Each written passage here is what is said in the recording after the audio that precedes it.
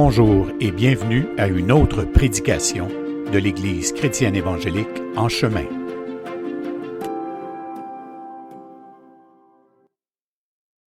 Donc, dimanche 25 août, Évangile de Jean, séance numéro 25. Donc, on est rendu à cet épisode où Jésus va chasser les vendeurs dans le temple. Et comme je le disais en préambule hier dans un petit texte, c'est...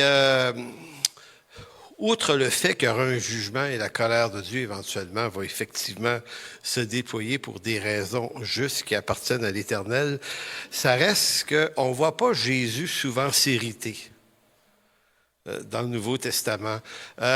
Oui, à quelques endroits, il y a des discussions assez corsées avec certaines personnes, notamment dans Jean 8, quand il traite les docteurs de la loi de fils du diable. Ça reste que c'est assez... Puis il a dit ça à Pierre aussi, hein? Il dit « Arrière de moi, Satan ». Donc Jésus a certaines affirmations assez corsées. Mais ici, c'est un niveau d'irritation que des fois, on a essayé d'excuser parce que, vous allez voir, il a tissé un petit fouet là, pour chasser les animaux du temple. Et certains ont voulu dire « Non, Jésus n'est pas violent, ça peut pas être... » Non, ça devait être... Tu dois aussi trouver une façon d'expliquer l'affaire, comme si Jésus, il peut pas pécher, donc si c'est irrité, ça serait une faute, donc il faut trouver une façon d'essayer d'excuser Jésus, tu sais, de laver un peu sa réputation. En réalité, il y a deux choses à dire là-dessus. Jésus était réellement irrité.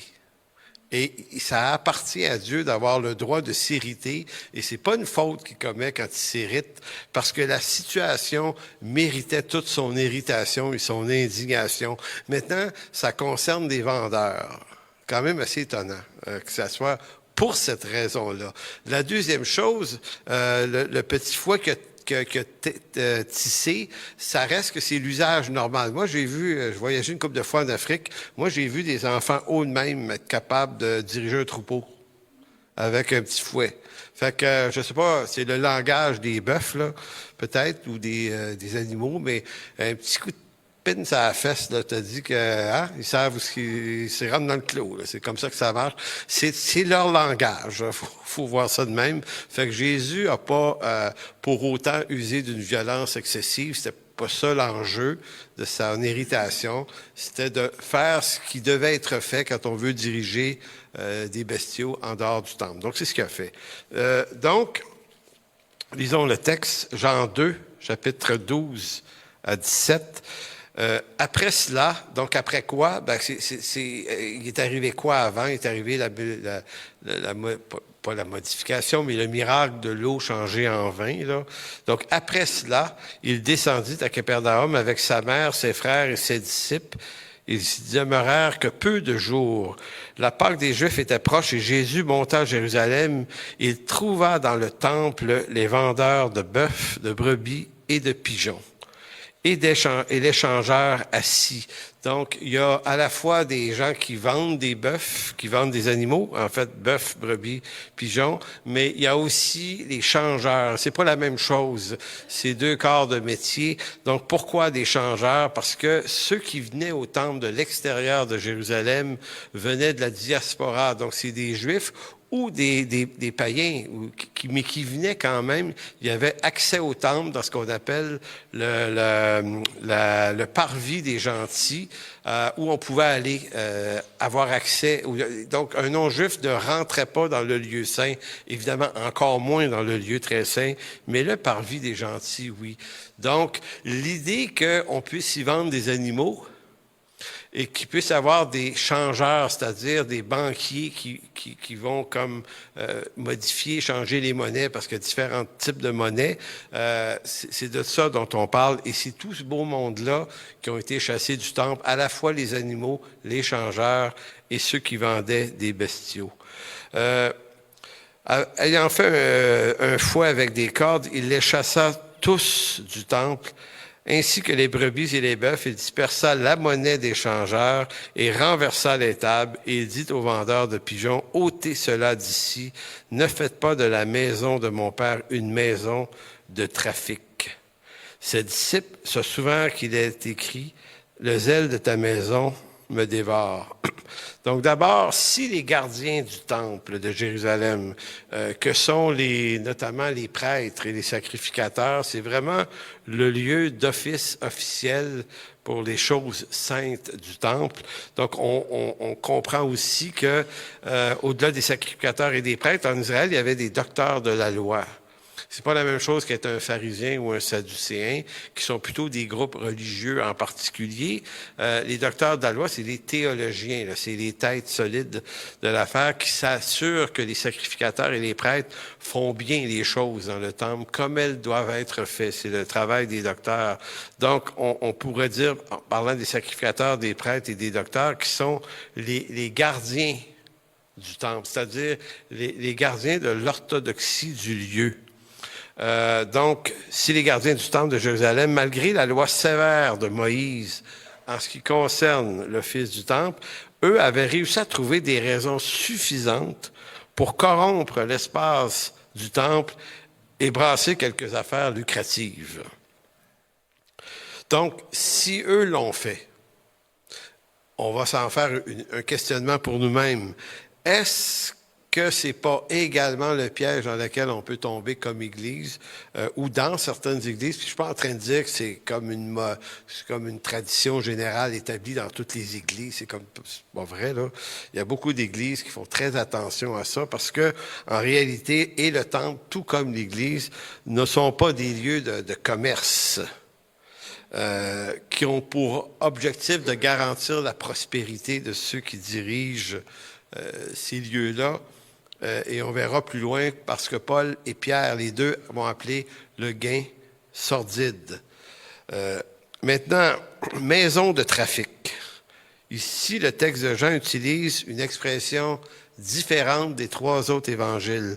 Donc, il y a 4 évangiles. Il y a l'évangile de Jean et il y a les 3 autres, Marc, Luc, Matthieu, qu'on appelle les évangiles synoptiques. Donc, ils sont différents. Les 3 synoptiques sont différents de Jean. C'est très marquant, la différence. Jean raconte beaucoup d'événements que les synoptiques ne racontent pas. Et les synoptiques racontent des événements que Jean ne parle pas. Mais dans le cas du moment où Jésus chasse les gardiens, pas les gardiens, les vendeurs du temple, les 4 évangiles parlent de cet événement-là. Et il importe de dire ceci, c'est que les 3 autres évangiles vont mentionner le même événement, mais juste avant que Jésus soit arrêté. Donc, c'est comme si pour Jean, il situe l'événement au début des 3 ans du ministère de Jésus. Ça se passe juste après les noces de Cana dans l'évangile de Jean, c'est tout début. Alors que dans les 3 autres évangiles, ça se passerait comme 3 ans plus tard. Ce qui fait gratter la tête à beaucoup d'interprètes et de théologiens en disant, est-ce que Jean tient pas compte? Parce que il faut savoir que de la façon que Jean écrit son évangile, il tient pas toujours compte de l'ordre dans lequel les événements sont arrivés. Son intérêt, c'est pas de s'assurer qu'ils arrivent très, très, très en ordre. Luc a peut-être un peu plus ce souci-là. Mais Jean, lui, c'est l'importance des événements. Jésus a fait ceci, il a fait ceci, il a fait cela, il a rencontré lui. Il nous garantit pas que... Et vous allez dire pourquoi? Parce que à l'époque, il faut savoir que quand on lit des documents, des vieux documents, ils n'ont pas le même... comment je dirais ça? La même... pas phobie, mais la même intensité, non, la même... pas sévérité, c'est quoi le mot que je cherche? Obsession. De mettre ça chronologique. Donc, ça a peut-être moins d'importance et ça enlève rien à la qualité des textes. C'est juste que c'est pas ça l'intention de l'auteur. Donc, je passe rapidement là-dessus pour vous dire que dans Matthieu 21, Marc 11 et Luc 19, c'est les 3 textes, les 3 autres évangiles où il est mentionné que Jésus a chassé les vendeurs du temple. Et beaucoup d'interprètes croient que Jésus, en fait, aurait fait cet événement-là 2 fois. Et c'est ce que pensent plusieurs interprètes théologiens assez solides, que Jésus l'a fait au début, et c'est Jean qui le mentionne, et les 3 autres évangiles le mentionnent à la fin, juste avant sa crucifixion. Jésus aurait refait la même chose pour diverses raisons, et notamment à cause de l'expression qui est utilisée dans le grec. C'est-à-dire que Jean, lui, utilise l'expression « une maison de trafic », alors que les trois autres évangiles utilisent « caverne de voleurs ». Et c'est pas la même expression. Ça se rapproche dans ce que ça veut dire, mais c'est pas les mêmes mots. Donc, trafic, maison de trafic, ça m'a rappelé quand j'ai commencé à fouiller ça cette semaine, que quand j'étais à l'université, puis on s'intéressait au monde de la Grèce antique, d'Alexandre le Grand et compagnie, oikos veut dire maison. Et là, ça vaut la peine. C'est intéressant de comprendre l'idée derrière l'expression oikos chez les Grecs. Je ne parle pas ici le grec du Nouveau Testament, je parle dans l'administration de la cité athénienne. C'est que quand la Grèce était un empire majeur, là, 3e, 4e siècle, 5e, même un peu avant Jésus-Christ, toute cette période-là grecque est qu'une des périodes de l'histoire les plus riches de l'histoire humaine, les Grecs envoyaient des oikos. C'est-à-dire qu'Athènes envoyait des fois quelques centaines d'Athéniens librement, ils partaient puis ils allaient ouvrir une oikos ailleurs que dans la Grèce. Ce que ça voulait dire, ils pouvaient aller en Égypte, surtout au nord de la mer de Méditerranée, si vous comprenez un peu comment est faite la mer Méditerranée. Donc l'Italie, la Grèce, la France, l'Espagne, l'Allemagne, c'est au nord de la Méditerranée.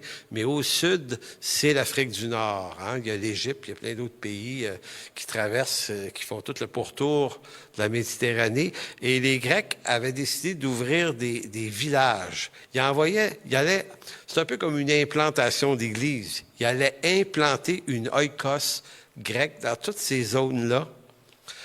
Et à chaque oikos, c'était un village, c'était des Grecs. Et le but, c'était de construire un port de mer, c'est toujours sur le bord de l'eau, et ça permettait aux Grecs de ces oikos-là de faire venir du stock de la Grèce, de Athènes, et de faire du commerce avec les gens qui vivaient dans ces régions-là. Donc, les Grecs avaient un concept de conquête qui était pas seulement militaire, mais qui était également culturel à travers la langue qui est la koiné, mais il y avait également le concept de conquête financière. Donc, ils bâtissaient des ports, des oikos un peu partout dans l'Empire. Et donc, l'expression ici, maison de trafic, c'est dans le texte original, c'est une oikos emporion, pardon. Donc, c'était ce qu'on pouvait voir sur un port de mer. Il y avait pas des manufactures, mais des silos, toutes sortes de bâtiments. Et c'était là que les Grecs rencontraient les autres peuplades autour et faisaient de l'échange. Donc, il y avait beaucoup d'animaux dans ces endroits-là parce que les Grecs achetaient des animaux, les mettaient sur des bateaux, puis les ramenaient en Grèce, ou de la Grèce amenaient du matériel qu'ils revendaient ces gens-là. Donc, on appelait ces lieux-là des oikos impérion. Donc, c'est ça, une maison de trafic. Donc, l'expression n'est pas une insulte. Celle que Jésus utilise, il dit « De mon temple, vous avez fait une maison d'échange. » Vous avez fait un lieu d'échange comme il y a usine, manufacture, mais c'est quoi tu sais, quand on met du stock là, dans un entrepôt, c'est ça. Bon, voilà. C'est comme un entrepôt où on accumulait toutes sortes de biens. Donc, Jésus, le reproche qu'il fait ici, c'est d'avoir transformé le temple, une partie du temple, en maison de négociation pour aller comme les Grecs le faisaient, et c'était une pratique courante, même du temps de Jésus. Donc, c'est ça l'expression qu'il utilise exactement. Alors qu'on va voir un peu plus loin que dans Matthieu 21, Marc 11 et Luc 19, il va utiliser plutôt une caverne de voleurs. Donc ici, c'est beaucoup plus sévère. Il les traite de bandits, de voleurs et de pillards. Alors que dans Jean, le reproche goûte pas la même chose. Donc, c'est pour ça que certains vont dire, c'est probablement que l'événement est arrivé 2 fois et que Jean rapporte la première fois, les 3 autres évangiles rapportent la deuxième fois. Mais en réalité, si c'est arrivé juste une fois et qu'il ne situe pas l'événement au même endroit, c'est absolument pas grave non plus.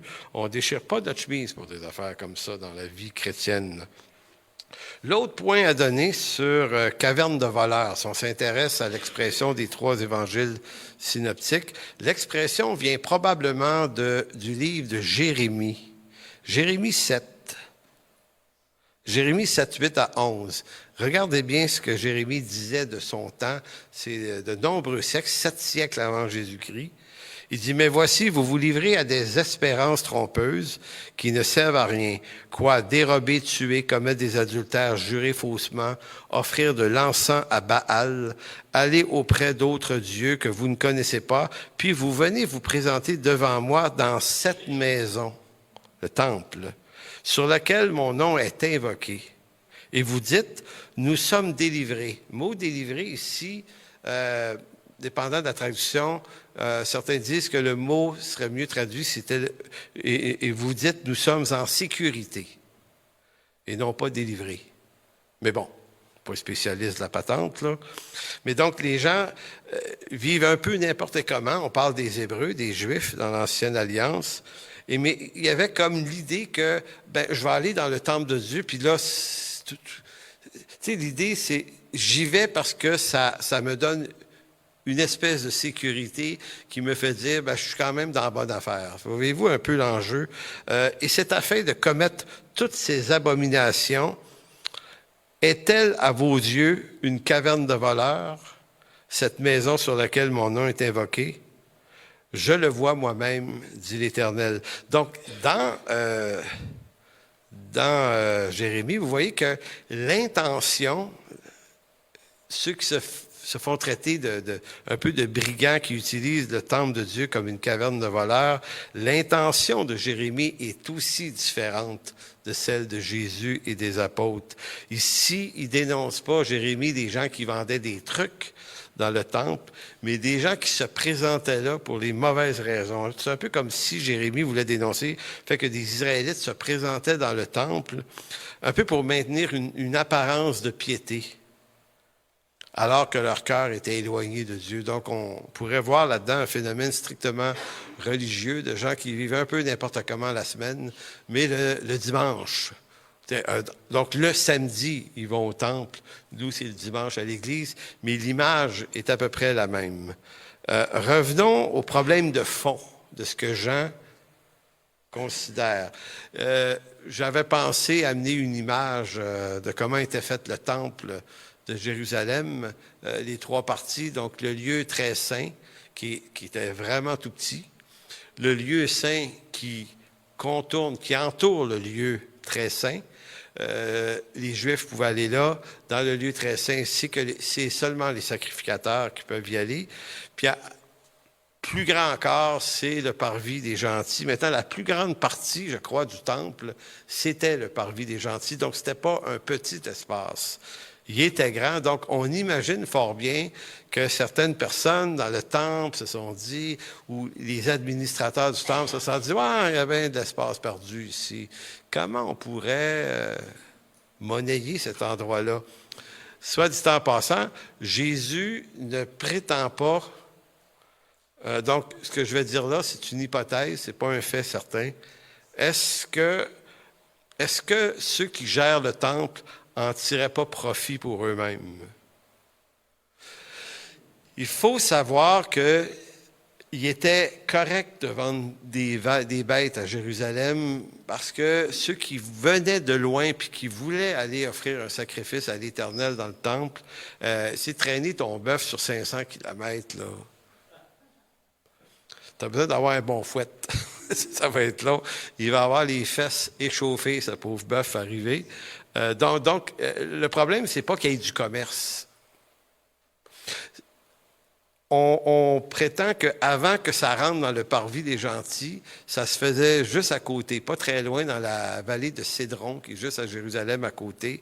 C'était là qu'étaient les vendeurs, et c'était normal que des païens ou des étrangers ou même des Juifs venant de Rome, venant d'Égypte, qui venaient à Jérusalem des offrandes, c'était très pratique pour eux d'aller acheter l'animal à sacrifier tout près, à Jérusalem, plutôt que de parcourir des centaines de kilomètres avec la bête. Donc, c'est un peu l'idée. Maintenant, qu'est-ce qui fait qu'ils se retrouvent dans le temple? Et c'est pour ça que ça serait un peu facile de dire, de s'accuser nous-mêmes, nos églises sont devenues comme ça, il y a des vendeurs dans le temple, toutes sortes d'affaires à vendre dans les églises. Fait que c'est intéressant de pouvoir réfléchir là-dessus. Est-ce que l'Église peut être tout de même un lieu de commerce? Est-ce que l'Écriture, est-ce que le Nouveau Testament a quelque chose contre l'argent, en quelque sorte, parce que c'est un peu ça l'enjeu. Donc ici, il faut regarder ça avec une certaine souplesse. Moi, personnellement, j'ai toujours eu un malaise avec ça. Tu sais, je me souviens quand on était au Saguenay, à l'époque, ceux qui étaient là vont s'en souvenir, on vendait tout. Là, tu sais. C'est normal de vendre des livres. Parce qu'on vend des livres, on avait une petite librairie, on les revendait. Ça, c'était normal. Mais tu sais, à un moment donné, tu vends le café, tu vends le beigne, tu vends la pomme. Je pense que si on avait servi de l'eau, on aurait peut-être trouvé un prix pour ça. On vendait les messages. Je ne sais pas si vous vous souvenez de ça. Tu peux te faire le CD après. Ça coûtait 4-5 piastres à la fin. C'est quand même du fric pas mal, ça.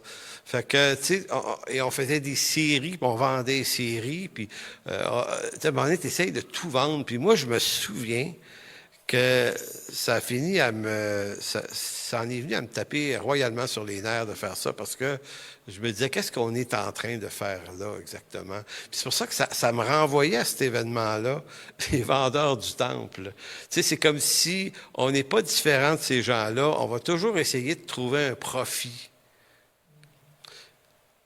Et au fond, je pense, c'est pas qu'il ne peut pas rien se vendre d'une église, mais il faut mesurer les choses avec le plus de sobriété possible, parce qu'une église n'est pas un lieu de commerce. Mais par contre, c'est un lieu d'offrande, ce qui est très différent. Dans l'Église, on offre des offrandes à Dieu, et l'offrande est autant la louange, la prière, que le don financier qu'on apporte à notre communauté. Donc, Dieu n'est pas contre l'argent. L'ouvrier mérite son salaire. Jésus le disait dans Matthieu 10. L'apôtre Paul le répète dans 1 Timothée, chapitre 5. L'ouvrier mérite le salaire. Il va dire également aux Galates, en chapitre 6, on ne se moque pas de Dieu, ce qu'un homme aura semé, il le récoltera aussi. Puis dans ce texte-là, il va parler que c'est important de soutenir ceux qui travaillent à l'œuvre du Seigneur. Et Michel, tout à l'heure, soulignait d'autres textes nombreux que des collectes étaient faites ici et là pour soutenir l'Église de Jérusalem. Donc, il y a énormément souvent question d'argent dans l'Écriture. Donc, voilà, en quelque sorte, je n'ai pas suivi mes notes, là, je suis parti, moi, là. Donc, pourquoi Jésus est-il irrité de ce que des vendeurs fassent du commerce dans le temple?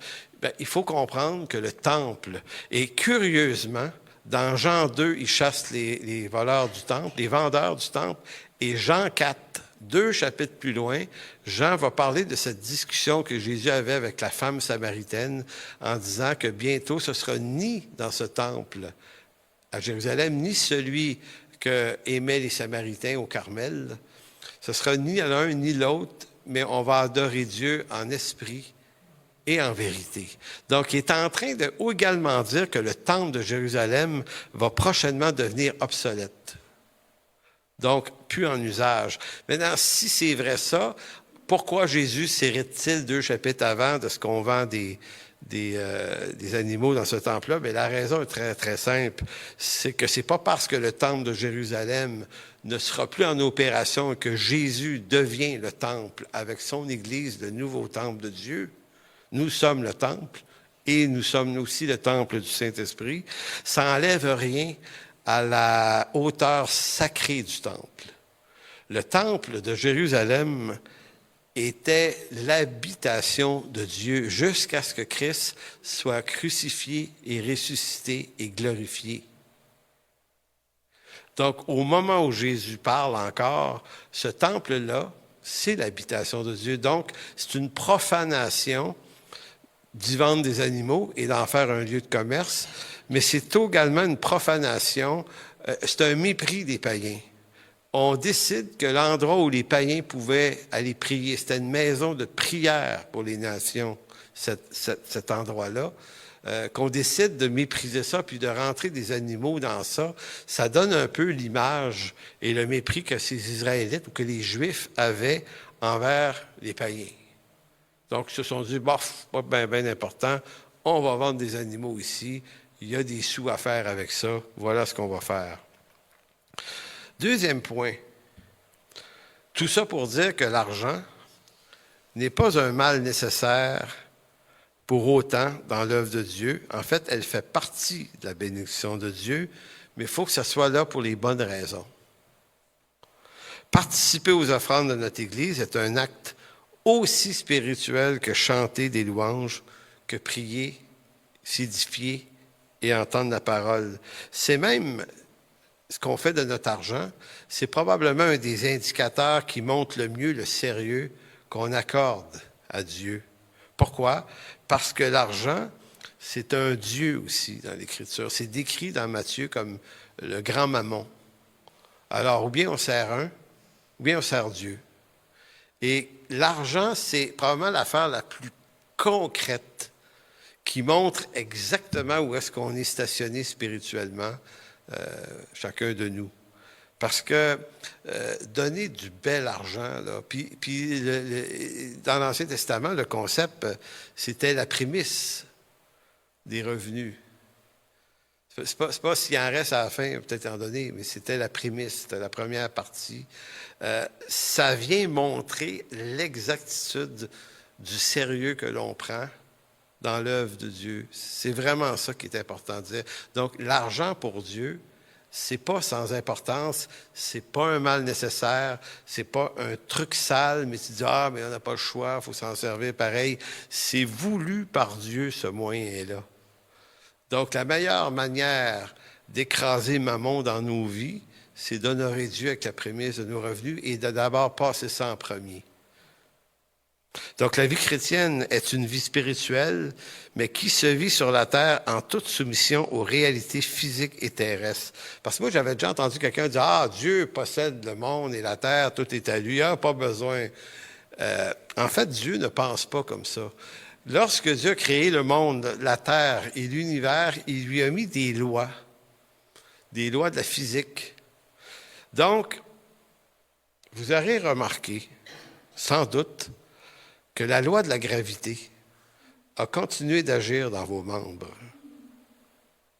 D'ailleurs, avez-vous déjà remarqué que la vie, c'est une drôle d'affaire? Vous regardez un arbre, s'il pousse, c'est parce que la loi de la gravité le tient à terre et c'est pour ça que les racines, par gravité, s'enfoncent dans le sol, aller chercher leurs nutriments.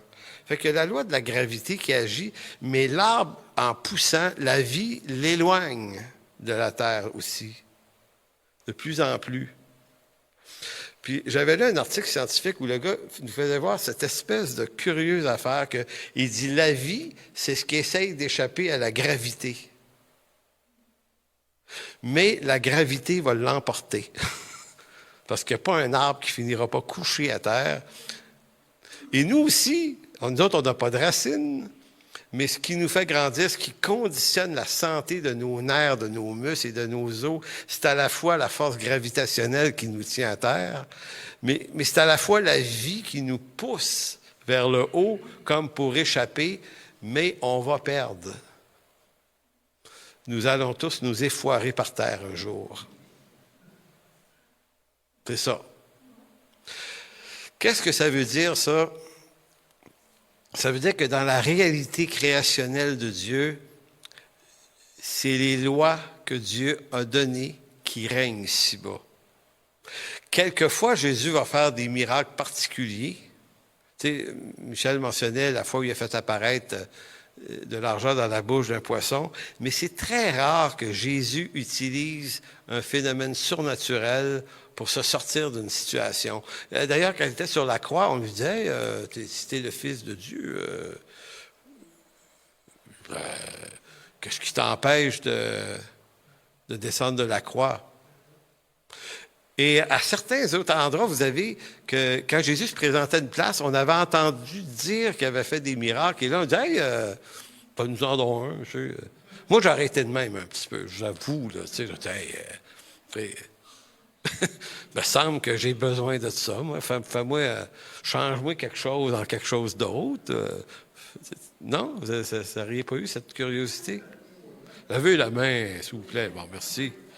Laissez-moi pas tout seul dans ma folie. On est comme ça, les humains. Mais vous remarquerez que Jésus, qui est celui qui est le créateur de toutes choses, souverain sur toutes choses, la joue jamais, cette game-là.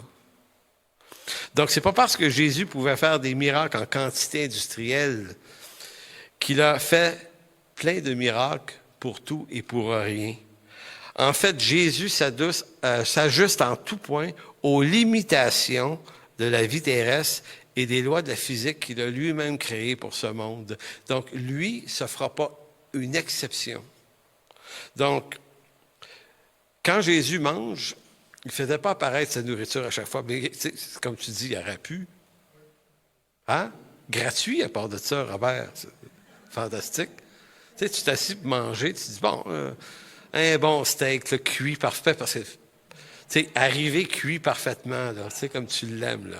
Tu sais, paf, ça apparaît. Ouf. Oh, petite patate avec ça.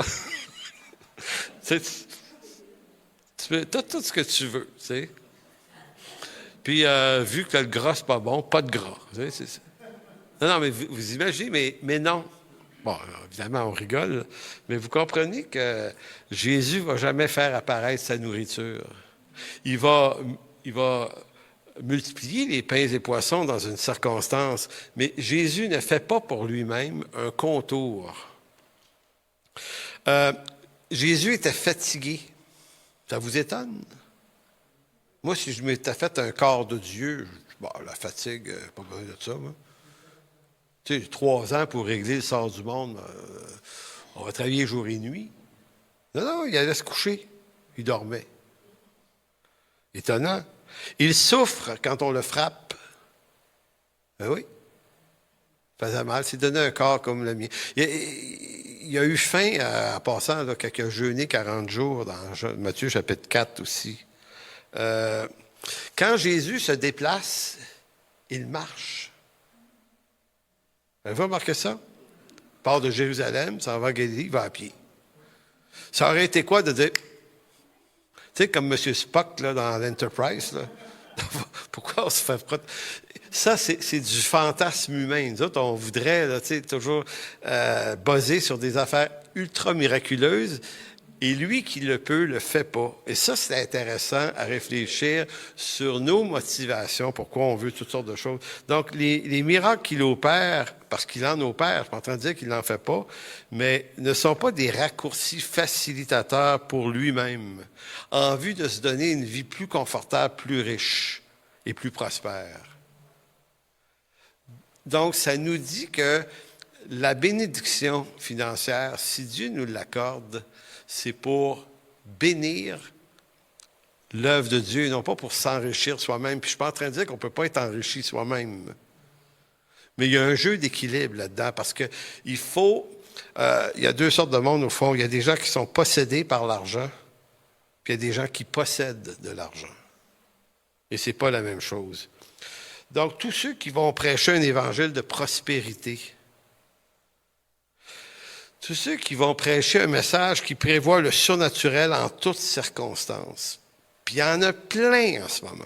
C'est une tempête. Moi, je ne sais pas pourquoi je les ai tous comme amis Facebook. C'est peut-être pas qu'il n'a pas checké ça, mais c'est étonnant étonnant le nombre d'affaires qui sont organisées ici et là le week-end, telle soirée. Donc, soirée de miracles, soirée de ceci, soirée de cela, soirée de feu. Peut-être dans ce temps-là, appeler les pompiers, pas être sûr, là, mais il y a plein de soirées de patentes qui sont... C'est comme si on disait, nous, là, pour que la vie chrétienne vaille le coup d'être vécue, il faut que ta vie s'inscrive dans un phénomène surnaturel. Je voyais même dernièrement quelqu'un qui faisait une pub, assister à un séminaire, comment vivre le surnaturel à tous les jours. À tous les jours. À tous les jours. Donc, je ne sais pas où est-ce qu'on s'en va. Là, je suis en train de dire que la plupart des églises sont dans ça. La plupart des églises, des bonnes églises, ne sont pas dans ça. Mais ça, ce courant-là, c'est un courant qui est en marge de la vérité et qui n'est pas la vérité. C'est ou soit des gens qui sont malhonnêtes, intentionnellement, mais c'est probablement plutôt des gens qui manquent d'une bonne compréhension de l'Évangile. Donc, tu es capté par ce phénomène-là des miracles de Jésus, mais tu n'as pas compris pourquoi Jésus les faisait, donc tu as pensé que c'était juste une manière de rayonner. Maintenant, il y a deux grands objectifs pourquoi Jésus a fait des miracles. Il y en a deux. Il y en a peut-être trois, mais il y en a deux qui sont mieux connus. Quand Jésus fait des miracles, c'est en vue de montrer sa seigneurie et sa souveraineté en tant que Dieu créateur, mais aussi Dieu incarné. Quand Jésus change de l'eau en vin, là, c'est pas juste pour amuser la galerie des gens qui étaient à ce mariage-là, bien qu'ils ont finalement bu un excellent vin ce soir-là, on n'en doute pas. Mais le but, c'est de montrer à quel point lui, là, quand il fait quelque chose, il l'a fait à partir de rien. Il est créateur du néant. Donc, il n'a pas fait passer cette eau-là par un processus là, de transformation qui demande des mois, là, ou même des années. Là. Il a créé à partir de rien, en fait de l'eau, mais du vin. Même chose, quand Jésus a guéri des lépreux, ou quand il a guéri des aveugles, ou guéri quelconque personne, il n'a pas fait passer l'organe guéri par un processus de développement de guérison. Il recrée quelque chose à chaque fois. Et comme le vin, il le crée toujours avec une apparence d'âge. Donc, celui qui a été guéri, l'aveugle, n'a pas reçu des enfants de bébés d'1 an, des flambants neufs, là, qui sont garantis pour... Non, lui, il a reçu des yeux de l'homme de l'âge qu'il est. Mais c'est des yeux neufs. C'est fantastique. Donc, si Jésus a fait des miracles, c'était d'abord pour qu'on remarque qu'il est le Dieu créateur de toutes choses. La deuxième raison des miracles de Jésus, c'est démontrer sa messianité en accomplissant les miracles qui étaient prévus pour le Messie selon les prophètes de l'Ancien Testament. Donc, c'est continuellement ça aussi qu'il fait. Donc, nous, on est moins conscients de ça, mais dans le monde des Juifs, il y a beaucoup de textes de l'Ancien Testament qui pointent vers le Messie. Et lorsque le Messie arrive, lorsqu'il fait ces choses, eux autres vont dire, OK, c'est le fils de David. Donc, ça servait à le reconnaître lui. Et il y a peut-être une troisième raison qu'on pourrait mentionner quelquefois, au-delà du fait que les miracles viennent prouver sa messianité. Jésus fait des miracles également parce qu'il est un Dieu bon et miséricordieux. Donc, il a accordé quelquefois des guérisons aux fils, pas aux fils, mais aux serviteurs du centurion romain notamment. Je pense que c'est dans Matthieu 8, je ne suis pas sûr. Donc, il va accorder comme ça. Il va ressusciter un enfant à un moment donné parce que la maman était éplorée. Donc, il va poser des actes miraculeux comme ça. Il peut encore le faire aujourd'hui en passant. Dieu est bon, mais Dieu n'est pas un spectacle à miracle. C'est pas ce qu'il est. Parce que même Lazare, qui l'a ressuscité d'entre les morts, ce qui était une preuve irréfutable de sa divinité et de sa messianité, Lazare est quand même mort un peu plus tard, comme tout le monde meurt. Donc, on n'échappe pas aux lois de la physique. Et marcher avec Dieu, c'est pas de trouver une façon de se donner une vie qui échapperait aux réalités humaines et physiques de ce monde. Donc, Dieu nous fait marcher avec lui dans un concept de vie complètement normal. Il faut arrêter de vouloir inviter les gens à toujours être dans l'hyper surnaturel parce que ça gâche les vies chrétiennes de beaucoup de monde. Et moi, j'en ai connu. Tu sais, des gens qui vont dire hey, « Moi, je suis allé à tel événement, là, puis le Seigneur n'a rien fait pour moi dans cette affaire-là. » Avez-vous déjà entendu ça? Tu sais, des gens qui sont déçus. Puis qu'est-ce que ça amène? Ça amène le trouble dans leur âme. Peut-être que Dieu m'aime pas, peut-être que je suis pas sauvé, peut-être que...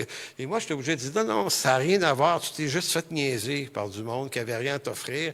Puis que leur vie, là, c'est pas du surnaturel à tous les jours. C'est du marketing qu'ils font. C'est vraiment ça. Ce sont les nouveaux vendeurs du temple. Il faut les chasser du temple, je pense. Puis je suis souvent surpris que ça passe inaperçu, ce genre d'affaires-là. Donc, Jésus et ses apôtres n'ont jamais proposé d'organiser des soirées spéciales autour de thématiques spectaculaires du genre « soirée de feu ». Soirée de feu. J'ai vu ça dernièrement. Soirée de feu. Week-end de feu. Week-end de feu. On va être baptisé de feu. Ils ne comprennent pas que le baptême de feu, dont Jean parle, c'était le baptême du jugement final dans le feu éternel de Dieu. On va être ou bien baptisé de l'Esprit ou le baptême de feu. Donc, tu dis, ils ne comprennent pas l'Évangile. Ils ramassent des expressions qui, dans notre génération, sont spectaculairement efficaces dans le marketing parce qu'aujourd'hui, on n'est plus capable d'avoir une vie normale et ordinaire. Il faut que ça soit spectaculaire. Le cinéma est bâti là-dessus. Tu essaies de trouver un bon film à cette heure, rapide et dangereux. Tu écoutes ça, ça n'a pas de bon sens. Puis là, il y a le 1, le 2, le 3. Ils sont rendus où, là? 9! Hey, ça fait longtemps que j'ai décroché, moi. Je regardais ça avec mes fils à l'époque. Tu sais, des jeunes, là, ça aime que ça brasse. Mais après ça, tu avais les transformeurs. Il faut que ça soit toujours gros, grand, puissant. À un moment donné, ils se battaient sur la terre. À un moment donné, ils se battent à l'autre bout de l'univers. Là, ben, ma foi, calmez-vous. Et avez-vous remarqué que ce mauvais cinéma inspire quelque chose, nous attire dans des trucs qui n'existent pas. Moi, j'aime un bon science-fiction. Tu sais, des science-fiction qui se disent « OK, ça, c'est cool, c'est bien fait. Il y a un discours, il y a un narratif, il y a une intrigue. » Mais quand c'est juste de la couleur, du pétard, de la boucane, puis du feu, puis ça saute partout. Tu dis, France et moi, on est allés voir un film, mais pas longtemps. On va au cinéma une fois par année, fait qu'on essaie de... Fait qu'on arrive au cinéma Guzzo de Montagne, on regarde. Il n'y avait rien qui nous intéressait. C'était là, bon Dieu, il y en a des films à ce cinéma-là. Là, il y a 2 murs pleins d'affiches. Fait qu'on décide d'aller voir le film de... C'est quoi le nom du gars? C'est-tu Van Damme? Non, c'est pas Van Damme, c'est l'autre. John Wick. J'ai dit à Franck, John Wick, j'ai dit, il me semble qu'on a déjà vu ça, John Wick. OK. Écoutez, on est rentré là-dedans, là, dans le film. Là. Le film est commencé depuis 8-9 minutes. Il doit y avoir 300 morts. Celui-là, là, il tue du monde, là. La police vient jamais. C'est intéressant. Jamais. Tout le monde me disait, la police va arriver. Ben non. Et lui, il est sorti de là en marchant. Il est allé chez eux. 0 enquête policière, pas d'interrogatoire.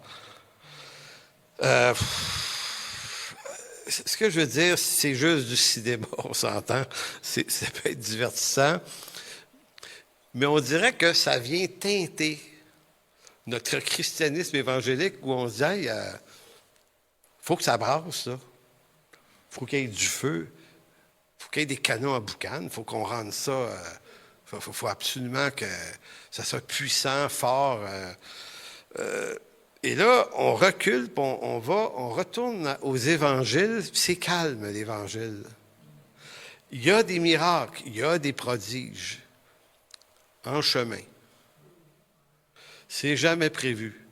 Il n'y a jamais eu une pub qui a été faite « Rendez-vous à telle montagne » en fin de semaine. il va y avoir multiplication des pains et poissons. Amenez votre pain et votre poisson. C'est ce qu'on ferait. Ben là, faut quand même... Non, à rien de prévu, rien de prévisible, à un moment donné, Dieu se pourvoit lui-même. Il y a un petit gars qui a des pains et poissons, souverainement appelé par Dieu avec ses pains et poissons. Un petit gars, lui, je ne sais pas, moi, peut-être que sa mère l'avait envoyé faire une commission. Puis, il y a des petits gars qui traînent en route, tu sais. Il s'en va avec son panier. Il voit une gang à la montagne. Il dit, hey, qu'est-ce qui se passe là? Tu sais, c'est en arrière de chez nous. Il y a donc bien du bon. Allez voir ça, moi. Monte là. Puis, c'est magnifique, les miracles que Dieu fait, parce qu'on ne peut pas les appréhender. Donc, quand des gens vous prédisent quelque chose, ils l'inventent. Ils l'inventent. C'est du marketing, c'est du rapide et dangereux. C'est la même affaire en version chrétienne. Puis je ne veux vraiment pas enlever à Dieu sa toute-puissance, au contraire. Parce que quand Dieu agit là, miraculeusement, c'est fantastique. Le Nouveau Testament ne contient aucun secret. Ça, c'est une autre affaire. Écoutez, excusez si je m'emporte, là. Je n'ai même pas d'eau pour calmer ça. Mais depuis à peu près 1 an, j'entends le verbe « activer ». L'activation. Avez-vous vu ça? Il y a des week-ends où on vous invite pour activer votre vocation. Activer la bénédiction. Activer votre destinée. Ah. Merci, Robert.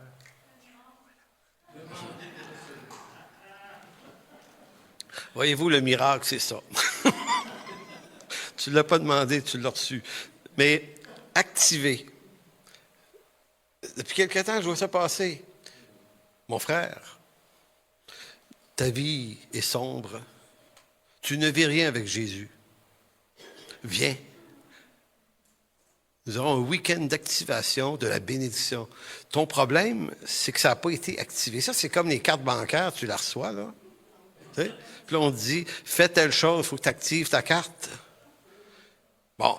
Et là, je me dis, OK, ils reprennent le vocabulaire de choses qui existent pour de vrai dans le monde naturel. Puis là, on reprend ce vocabulaire-là, on s'en fait un truc nouveau. Ça n'existe pas. Il n'y a pas de week-end où quelqu'un va débloquer l'activation de ton appel, de ton ministère. C'est des fourberies. Le Seigneur, quand il appelle quelqu'un, c'est tout suffisant. C'est lui qui s'appelle. Quand Dieu a appelé Moïse, il a appelé Moïse. Puis quand Moïse a voulu se sauver, Dieu est allé le chercher 40 ans. Il dit, tu reviens, Moïse. Et quand Jonas a été appelé à la Nénive, ça ne tente pas. Désolé, Jonas, j'ai activé, moi, du haut du ciel, ton appel, tu vas y aller. Abraham, ils n'ont pas passé par un stade d'appel et d'activation, de renforcement, avec un truc de feu qui vient mettre du feu dans cette affaire-là. Il faut être sérieux, là. Vous savez, moi, c'est un peu le cours que je veux donner à l'automne. C'est pour dire qu'on entre dans des temps difficiles. Là. L'Église rentre dans des temps difficiles. C'est de moins en moins populaire d'être chrétien. Et on ne va rien faire pour changer ça. Parce que Dieu est souverain, puis il le fait ainsi. Donc, ce qu'on a le plus besoin maintenant, c'est de la sagesse et non pas de l'activation. J'entendais dernièrement qu'il y avait des gens qui voulaient faire des grosses marches de prière à Paris pour chasser les patentes qui se sont passées pendant les Jeux olympiques. Tu sais, puis il disait, plus on va être nombreux à marcher, plus Dieu va nous écouter. Donc, moi, j'aime ça pousser l'idée au plus loin. Donc, c'est pas tellement la prière du juste qui est efficace, c'est la prière de la foule. Dans l'Écriture, puis là, ça va vous déranger, je vous dis ça n'existe pas une foule qui prie pour faire arriver quelque chose. Il existe des hommes qui ont prié. Ça, il y en a plein. Un homme, un homme qui prie exactement le dessein et la volonté de Dieu va obtenir une réponse puissante. Mais nous, on traite Dieu comme s'il était un espèce d'handicapé bizarre, à moitié sourd. C'est-à-dire, on va être nombreux, tellement qu'il là, il va, et comme si Dieu disait, vous n'êtes pas assez. Alors, revenez me voir demain, essayez de doubler la foule. Je vais peut-être me laisser convaincre demain. Ça, c'est l'image de Dieu qu'ils sont en train de projeter. Alors que Élie, un seul homme devant 850 prêtres, lui n'a pas eu le temps de terminer sa prière que le feu du ciel est descendu. Donc, où c'est qu'on va chercher ces concepts-là bizarres qui sont en libre circulation dans le monde chrétien? Bien, on va chercher ça dans le cinéma. On va chercher ça dans notre imagination. Mais ça ne vient pas de l'Écriture. Donc, marcher avec Dieu, là, si on veut être efficace, il faut un retour complet à l'Écriture et un nettoyage complet de tous ces trucs en marche qui n'ont rien à voir avec l'œuvre de Dieu. Concernant l'argent, donc, l'ouvrier mérite un salaire. C'est indéniable. Dans l'Ancien comme dans le Nouveau Testament, c'est clair, c'est clairement dit. Mais il est dit dans 1 Pierre 5, 1-3, « Voici les exhortations que j'adresse aux anciens qui sont parmi vous. Moi, ancien, comme eux, témoins des souffrances de Christ et participants de la gloire qui doit être manifestée, paissez le troupeau de Dieu qui est sous votre garde, non par contrainte, mais volontairement, selon Dieu, non pour un gain sordide, mais avec dévouement, non comme dominant sur eux qui vous sont échus en partage, mais en étant les modèles du troupeau. » Donc, retenons l'expression « non pour un gain sordide ». Il n'est pas dit qu'il ne faut pas qu'il y ait de salaire, mais il ne faut jamais se mettre en conflit d'intérêts. Gain sordide, c'est un mot grec long de même que je ne vais pas vous dire. Je suis certain que je vais le manquer, je vais être obligé de boire une gorgée d'eau. Mais c'est une expression qui parle de « avec des intentions pécuniaires ».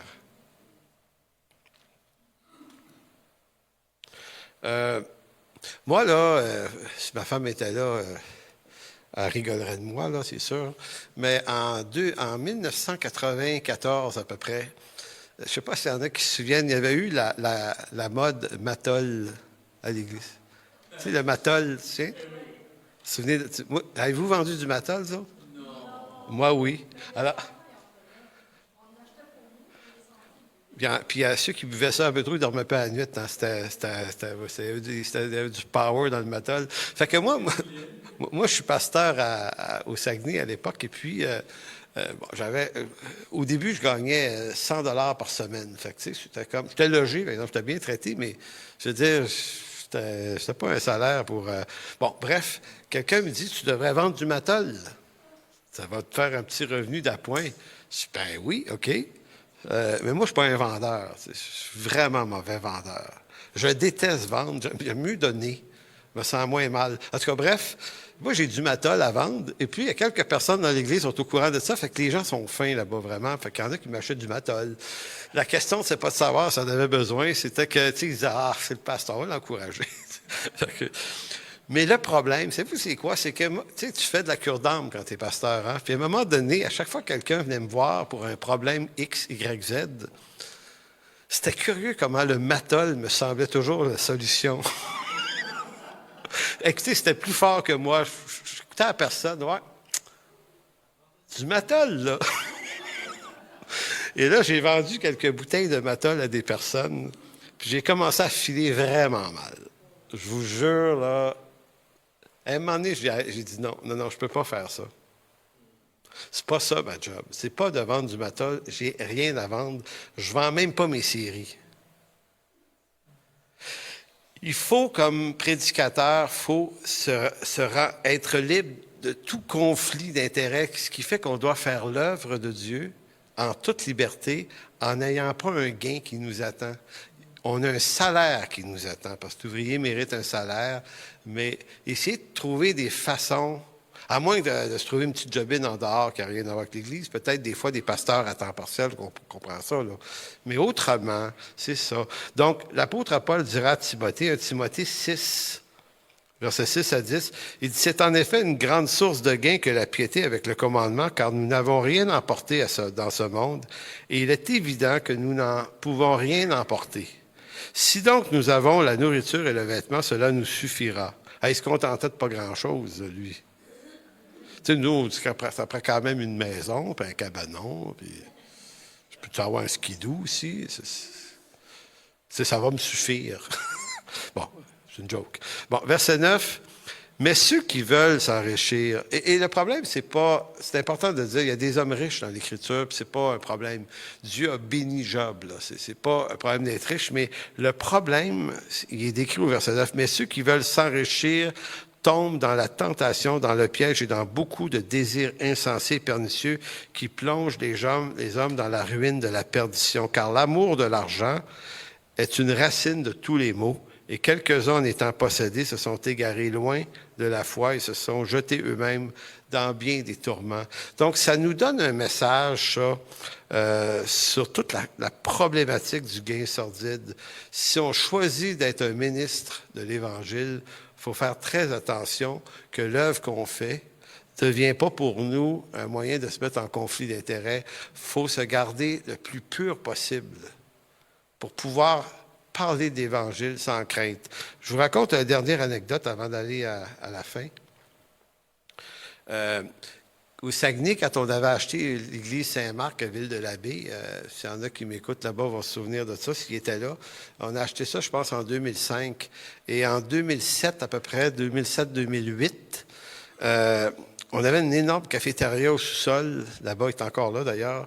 Puis, on avait décidé d'offrir des repas à tous les dimanches aux gens de l'Église, et ceux qui connaissaient Alcide et Nicole très bien ici, c'était Nicole qui menait ça. Puis elle était bonne, vraiment. Là. Écoutez, on bouffait des affaires là, de qualité.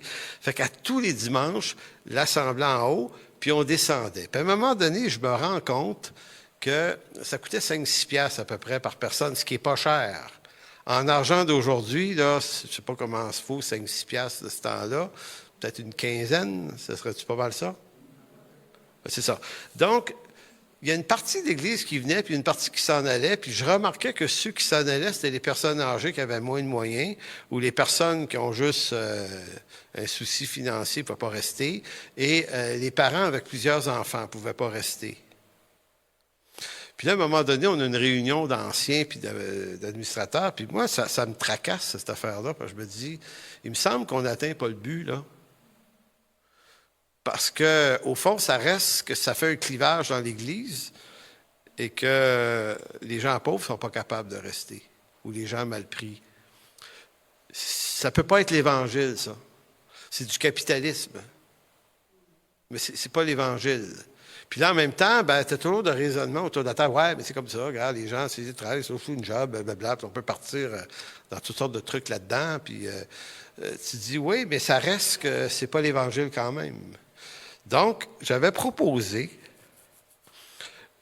qu'on ne vende plus la bouffe, les dîners, qu'on les donne. Là, ah oui, donner. Oui, on va donner. Puis, on avait proposé de donner les CD. Si quelqu'un veut la prédication, on le donne. Là, j'ai eu ma période, on donne. Et je me souviens que les administrateurs, ça les rendait nerveux. Les administrateurs disaient, non, on va vendre. J'ai dit, non, on va entrer dans un concept contre-intuitif. Contre-intuitif, c'est qu'on va faire confiance au Seigneur plutôt qu'à nos moyens de faire arriver les choses. Mais là, tu as beaucoup de gens qui raisonnent, oui, mais c'est parce que ça coûte quelque chose. Hey, nourrir 100 personnes tous les dimanches, c'était pas gratos, là. Ça coûtait une coupe de 100 piastres, certains. Puis là, c'était comme, ouais, mais comment on va... J'ai dit, écoutez, la question, c'est pas de savoir comment on va faire. La question, c'est qu'on va faire confiance à Dieu, on va voir comment lui va faire pour qu'on soit capable de le faire. Et gloire à Dieu, parce qu'on a parlé une couple de fois autour de la table là-bas, puis finalement, à un moment donné, tout le monde dit, ouais.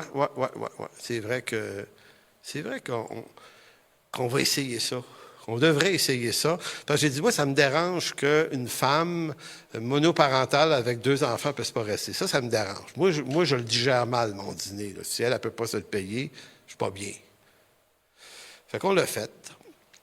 Fait qu'on a proposé à l'Église un dimanche en disant, ça va être gratuit, êtes-vous content? Ouais, tout le monde content, évidemment. Et puis, mais j'ai dit, voici ce qu'on vous propose. S'il y en a qui peuvent payer quand même, parce que c'est pas un souci, il y aura une petite boîte à côté, mettez ça là-dedans. S'il y en a qui veulent le donner dans leurs offrandes à la place, vous le donnerez là. Et troisième mesure, c'était, s'il y en a qui sont très fortunés ici, ou plus fortunés, peut-être que vous pourriez donner pour que ça paie ceux qui ne peuvent pas payer, mais qui ne paieront pas, puis qui ne savent pas que quelqu'un va payer pour eux. Ça peut être ça aussi. Et l'exercice avait été vraiment intéressant. Je ne me souviens plus des chiffres exacts, mais quelques semaines plus tard, on avait réalisé que les offrandes de l'Église avaient augmenté substantiellement, qui fait que ça couvrait la dépense en masse.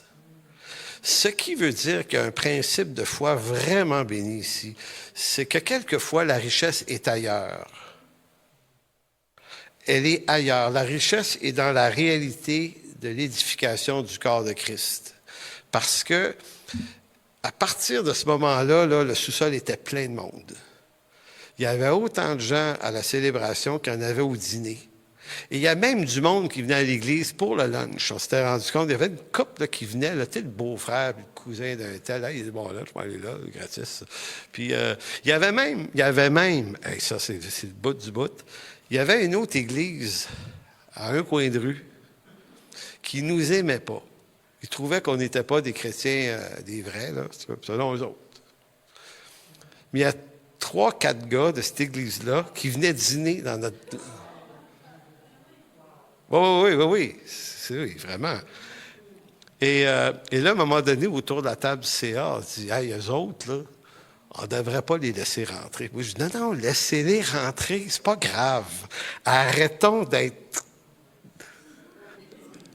On marche avec Dieu, puis donnons généreusement, c'est tout. Ah ouais, oui! Il y a des principes comme ça qui sont contre-intuitifs. Ils nous font sortir de notre réalité terrestre, capitaliste, notre façon de calculer les affaires, mais ça nous fait plutôt entrer dans comment Dieu, lui, bénit ses enfants lorsqu'on ose y faire confiance aussi loin que ça. D'ailleurs, Michael, tu te souvenais des bons lunchs qu'on mangeait là-bas? C'était quelque chose. Tu n'étais pas vieux toi, dans ce temps-là. Et il y avait tellement d'enfants dans ce temps-là. Tu sais, nous autres, on essayait de manger les enfants, ça courait partout dans la salle. Puis on disait, c'était un peu bruyant. Je dis, non, c'est de la vie, ça. C'est de la vie. Tu sais, des enfants qui ont du fun, qui rient, qui courent partout, là, c'est une autre expérience qu'aller à l'hôpital Sainte-Justine. Vraiment. Donc, on va terminer, c'est qu'il y a une petite application qu'on va faire de cette prédication-là, tournée dans Philippiens 4,16. C'est Paul qui dit ceci. L'aide, je lis le commentaire tout de suite, l'offrande financière que nous donnons à notre Église n'est pas que de l'argent aux yeux de Dieu. L'argent qu'on donne est un sacrifice apprécié. Et Paul va dire, c'est un parfum de bonne odeur, un sacrifice que Dieu accepte et qui lui est agréable. Quand Paul dit ça aux Thessaloniciens, savez-vous de quoi il parle? D'argent. Verset 16, « Car vous envoyâmes déjà à Thessalonique et à 2 reprises de quoi pourvoir à mes besoins. Ce n'est pas que je recherche les dons, mais je recherche le fruit qui abonde pour votre compte. J'ai tout reçu et je suis dans l'abondance. J'ai été comblé de bien en recevant par Épaphrodite ce qui vient de vous comme un parfum de bonne odeur, un sacrifice que Dieu accepte et qui lui est agréable.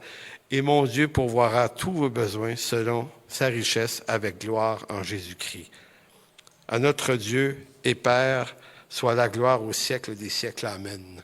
Donc, tout ça pour dire qu'il n'était pas nécessaire d'inviter des vendeurs dans le temple. La prospérité du temple n'en avait pas besoin. Peut-être que le problème, c'était ceux qui géraient ce temple-là. Donc, il faut réfléchir à nos églises, je pense, dans cette même dynamique-là. Amen. Merci, Père, de bénir abondamment cette congrégation, Seigneur. Merci pour la prospérité que tu nous donnes, que tu permets qu'on ait par ta grâce. Et Seigneur, nous, on reconnaît que tu nous as placés dans un pays où coule le lait et le miel, un pays d'abondance. Et Seigneur, on ne veut pas être familier, ni grossier avec ça, comme si c'était jamais suffisant. Quelquefois, tu nous fais vivre quelques disettes tout de même. Et Seigneur, tout ça pour éprouver nos cœurs, notre foi, parce que tu nous appelles à soupirer après toi, à s'attendre après toi. Merci, Père, pour toutes les bontés, pour toutes les richesses qui ne sont pas toujours financières, mais qui, des fois, par manque de finances, nous font découvrir d'autres richesses plus grandes encore. Merci, que ton nom soit glorifié. Amen. Pour toute information, n'hésitez pas à communiquer avec nous à info@église-en-chemin.com.